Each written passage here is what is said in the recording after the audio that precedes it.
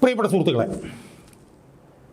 ഇക്കഴിഞ്ഞ ഡിസംബർ 9-നും 11-നും നടന്ന തദ്ദേശ സ്വയംഭരണ സ്ഥാപന തെരഞ്ഞെടുപ്പിൽ UDF പരമാവധി പ്രതീക്ഷിച്ചിരുന്നത് ഒരു 50% വരെയുള്ള സീറ്റുകളാണ്. 2020-ൽ നടന്ന തെരഞ്ഞെടുപ്പിൽ ഏതാണ്ട് ഒരു 65-70% സീറ്റുകൾ കൈവശം ഉണ്ടായിരുന്ന LDF ഏറ്റവും കുറഞ്ഞ് ഒരു 50% സീറ്റുകളെങ്കിലും ലഭിക്കുമെന്നാണ് അവരും കരുതിയിരുന്നത്. എന്നാൽ UDF-ൻ്റെയും LDF-ൻ്റെയും പ്രതീക്ഷകളെ അപ്പാടെ തകിടം മറിച്ചുകൊണ്ട് UDF അത്ഭുതകരമായിട്ടുള്ളതും സമഗ്രവും സുസംഘടിതവുമായിട്ടുള്ള വിജയമാണ് ഈ 9-11 തീയതികളിൽ നടന്ന തെരഞ്ഞെടുപ്പിൽ അവർ നേടിയിട്ടുള്ളത്. ആ തെരഞ്ഞെടുപ്പ് നേടാൻ ആ തെരഞ്ഞെടുപ്പ് വിജയം UDF-ന് ലഭിക്കാനുള്ള കാരണം എന്താണെന്ന് കേരളത്തിലെ ഏത് കുഞ്ഞുകുട്ടിയെ എടുത്ത് ചോദിച്ചാൽ പോലും പറഞ്ഞു കൊടുക്കും. നഴ്സറി പഠിക്കുന്ന കുട്ടികൾക്ക് പോലും കാണാൻ കഴിയും ആ വിജയം UDF-ന് ഉണ്ടാവാനുള്ള കാരണം എന്താണെന്ന്. അതിലൊന്നാമത്തെ കാരണം എന്ന് പറഞ്ഞാൽ ശബരിമല പെരുങ്കൊള്ളയായിരുന്നു. രണ്ടാമത്തെ കാരണം എന്ന് പറഞ്ഞാൽ സാക്ഷാൽ പിണറായി വിജയനായിരുന്നു. മൂന്നാമത്തെ കാരണം എന്ന് പറഞ്ഞാൽ സർക്കാരിൻ്റെ ജനവിരുദ്ധ നയങ്ങളായിരുന്നു. നാലാമത്തെ പ്രധാനപ്പെട്ട കാരണം എന്ന് പറഞ്ഞാൽ വെള്ളാപ്പള്ളി നടേശൻ എന്ന് പറഞ്ഞിട്ടുള്ള ഒരു വയോവൃദ്ധനായിട്ടുള്ള ഒരു അഴിമതിക്കാരനുണ്ട്, അയാളുടെ ചില ജൽപ്പനങ്ങളായിരുന്നു. ഈ പ്രധാനമായി ഈ 4 കാരണങ്ങൾ കൊണ്ടാണ് UDF-ന് വലിയ നേട്ടമുണ്ടായതെന്നുള്ളത് എല്ലാവർക്കും അറിയാവുന്ന കാര്യമാണ്. പക്ഷേ അതറിയാത്ത 2 പേരുണ്ട് കേരളത്തിൻ്റെ രാഷ്ട്രീയത്തിൽ. അതിലൊരാളാണ് ശ്രീമാൻ പിണറായി വിജയൻ, രണ്ടാമത്തെ ആളാണ് ശ്രീമാൻ ഗോവിന്ദൻ എന്നേ ഞാൻ പറയുള്ളൂ. കാരണം അതുപോലെ പറയാനുള്ള വില മാത്രമേ അയാൾക്കുള്ളൂ. അയാളെ ഗോവിന്ദൻ എന്ന് പറയാനുള്ള വില അയാൾക്കില്ല എന്നുള്ളത് കൊണ്ടാണ് ഞാൻ ഗോവിന്ദൻ എന്ന് ഞാൻ പറയുന്നത്. സുഹൃത്തുക്കളെ, ഞാൻ തുറന്നു പറയാം, ഈ വിജയനും ഈ ഗോവിന്ദനും ഒരു സംശയവും വേണ്ട, ഈ CPM-നെയും കൊണ്ടേ പോവൂ എന്നുള്ള കാര്യത്തിൽ എനിക്ക് യാതൊരു തരത്തിലുള്ള സംശയവുമില്ല. ഇന്ത്യയിൽ ആകപ്പാടെ ഈ ഇന്ത്യയുടെ തെക്കുള്ള ഈ ചെറിയ കേരളം എന്ന് പറഞ്ഞ 3.5 കോടി ജനസംഖ്യയുള്ള സംസ്ഥാനത്ത് മാത്രമാണ് CPM എന്ന് പറഞ്ഞ ഈ സംവിധാനം ഇപ്പോൾ ഉള്ളത്. പശ്ചിമ ബംഗാളിൽ 10-35 വർഷം ഭരിച്ചു, അത് ഒരു പോക്ക് അങ്ങ് പോയി, പിന്നെ തിരിച്ചു വന്നിട്ടില്ല. 2006-ലോ 2011-ലോ മറ്റോ പോയതാണ്, 2015 പോലെ മറ്റോ പോയതാണ്, ഇതുവരെ തിരിച്ചു വന്നിട്ടില്ല. അങ്ങ് ത്രിപുരയിൽ 4-5 പ്രാവശ്യം ഭരിച്ചു, അത് കഴിഞ്ഞ് പോയി, പിന്നെ പോയത് എവിടെയാണെന്ന് കണ്ടിട്ടില്ല, പിന്നെ തിരിച്ചു വന്നിട്ടില്ല. മറ്റു പല പാർട്ടികളും പോയിട്ട് തിരിച്ചു വന്നിട്ടുണ്ട്. പക്ഷേ CPM പോയാൽ പിന്നെ തിരിച്ചു വരില്ല, അതൊരു പോക്കാണ് CPM പോവുക. അതാണ് ബംഗാളിലും ത്രിപുരയിലും ഉണ്ടായത്. സുഹൃത്തുക്കളെ, ഞാൻ ഉറപ്പിച്ച് പറയാം, 2026 മെയ് മാസത്തിൽ കേരളത്തിൽ നടക്കാൻ പോകുന്ന സംസ്ഥാന നിയമസഭാ തെരഞ്ഞെടുപ്പോടുകൂടി കേരളത്തിലെ പാർട്ടിയും ഒരു പോക്ക് പോകും എന്നുള്ള കാര്യത്തിൽ ഒരു തർക്കവുമില്ല. അങ്ങനെ ഒരു പോക്ക് പോയിട്ടുണ്ടെങ്കിൽ അത് ഏറ്റവും പ്രധാനപ്പെട്ട ഉത്തരവാദികൾ പിണറായിയും ഗോവിന്ദനുമായിരിക്കും എന്ന് അവരുടെ പ്രതികരണത്തിൽ നിന്ന് തെളിയും എന്ന് മാത്രമാണ് എനിക്ക് സൂചിപ്പിക്കാം. ആ പ്രതികരണത്തിലേക്ക് ഞാനൊന്ന് വരാം. ശബരിമല ഏറ്റവും പ്രധാനമായി തെരഞ്ഞെടുപ്പിനെ ബാധിച്ചു എന്നുള്ളത് ആർക്കാണ് അറിയാൻ പാടില്ലാത്തത്? പക്ഷേ അത് വിജയനും മനസ്സിലായിട്ടില്ല, ഗോവിന്ദനും മനസ്സിലായിട്ടില്ല.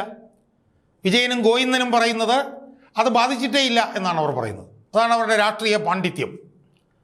പിണറായി വിജയൻ പറയുന്നത് അങ്ങനെ ഒരു സംഭവമേ ഇല്ല, അത് വെറുതെ തോന്നലാണ് എന്നാണ് വിജയൻ പറയുന്നത്.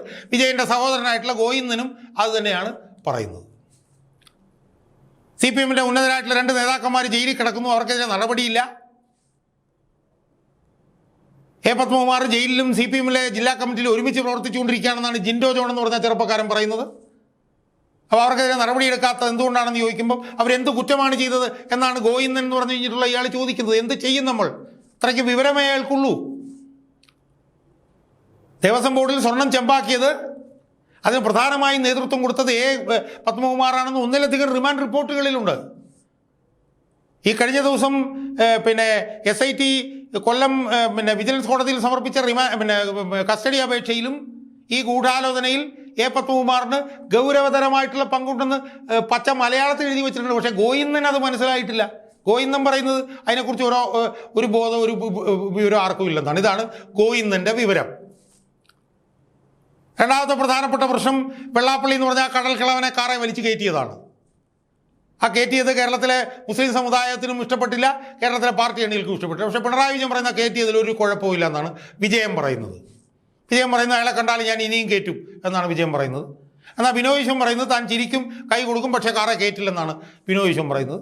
പക്ഷേ അതിന് മറുപടിയായിട്ട് വിജയൻ പറയുന്നത് ഞാൻ വിജയനാണ്, ബിനോയ് വിശ്വമല്ല എന്നാണ് വിജയൻ പറയുന്നത്. എന്തായാലും അയാളും ഇതിനെ ഒരു പോക്ക് പോകാൻ വേണ്ടിയിട്ട് സഹായിക്കാൻ പോവുകയാണ് എന്നുള്ള കാര്യത്തിൽ യാതൊരു തർക്കവുമില്ല. ഇനി ഗോവിന്ദൻ പറയുന്ന ഒരു പ്രധാനപ്പെട്ട വേറൊരു കാര്യം എന്ന് പറയാം, അതാണ് നമ്മൾ ചിരിച്ച് മണ്ണ് കപ്പും, ചിരിച്ച് തലതെല്ലി ചാകും. എന്താ കാരണം എന്നറിയോ?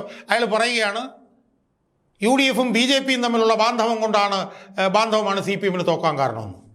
അതായത് കണ്ടുപിടിച്ചത് തെരഞ്ഞെടുപ്പിൽ തോറ്റു കഴിഞ്ഞപ്പോഴാണ്. തെരഞ്ഞെടുപ്പ് സമയത്തൊന്നും അയാൾ അതിനെക്കുറിച്ച് മിണ്ടിയിട്ടേ ഇല്ല.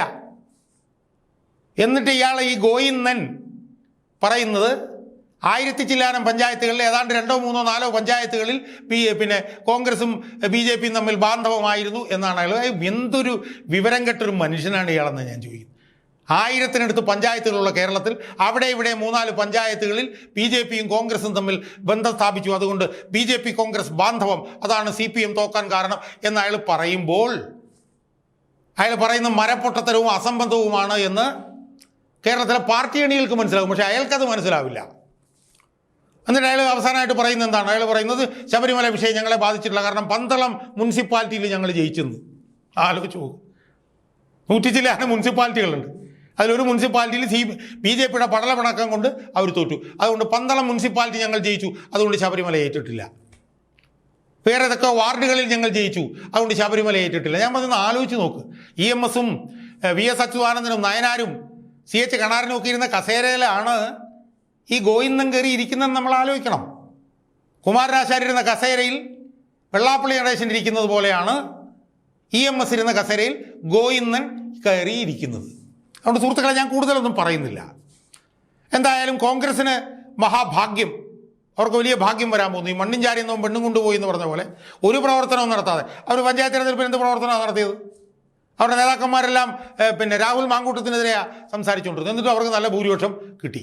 എന്തായാലും അതിനേക്കാൾ നല്ല ഭൂരിപക്ഷം UDF-ന് അടുത്ത തെരഞ്ഞെടുപ്പിൽ ലഭിക്കും എന്ന് വിജയനും ഗോവിന്ദനും ഉറപ്പാക്കുമെന്ന് മാത്രമേ എനിക്ക് സൂചിപ്പിക്കാനുള്ളൂ. എന്തായാലും വിജയനും ഗോവിന്ദനും ഈ പാർട്ടി കേരളത്തിൽ ഒരു പോക്ക് പോകുന്നതിന് കാരണക്കാരാകും എന്ന കാര്യത്തിൽ യാതൊരു സംശയവുമില്ല. ഇന്ത്യയിൽ CPM എന്ന് പറഞ്ഞ സാധനം ഏതാണ്ട് അസ്തമിക്കുന്ന, ഏതാണ്ട് ഇല്ലാതാകാൻ പോകുന്ന പ്രവർത്തനത്തിൽ കാർമ്മികത്വം വഹിക്കുന്ന അവസാന മുഖ്യമന്ത്രിയായിരിക്കും പിണറായി വിജയൻ എന്നുള്ള കാര്യത്തിൽ യാതൊരു സംശയവുമില്ല. കേരളത്തിൽ എന്നേക്കുമായി CPM ഒരു പോക്ക് പോകാൻ കാർമ്മികത്വം വഹിക്കുന്ന CPM-ന്റെ സംസ്ഥാന സെക്രട്ടറി ആയിരിക്കും ഗോവിന്ദൻ എന്നുള്ള കാര്യത്തിലും പൊതുപ്രവർത്തകൻ എന്നുള്ള നിലയിലും കമ്മ്യൂണിസ്റ്റുകാരൻ എന്നുള്ള നിലയിലും എനിക്ക് യാതൊരു വിധത്തിലുള്ള സംശയവും ഇല്ല.